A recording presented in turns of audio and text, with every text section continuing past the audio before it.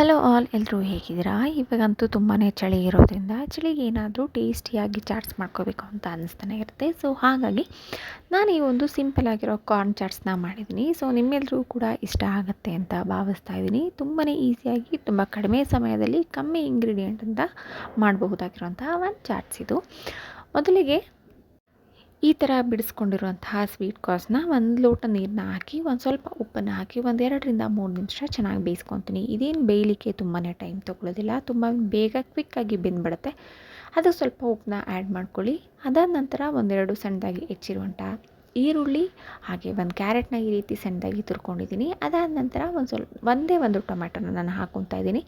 ನೀವು ಬೇಕಾದರೆ ಟೊಮ್ಯಾಟೊನ ಸ್ಕಿಪ್ ಮಾಡ್ಬೋದು, ಟೊಮೊಟೊನ ಸ್ಕಿಪ್ ಮಾಡಿ ಲೆಮನ್ ಬೇಕಾದರೂ ಯೂಸ್ ಮಾಡ್ಬೋದು, ಅದು ಆಪ್ಷನ್ ನಿಮಗೆ.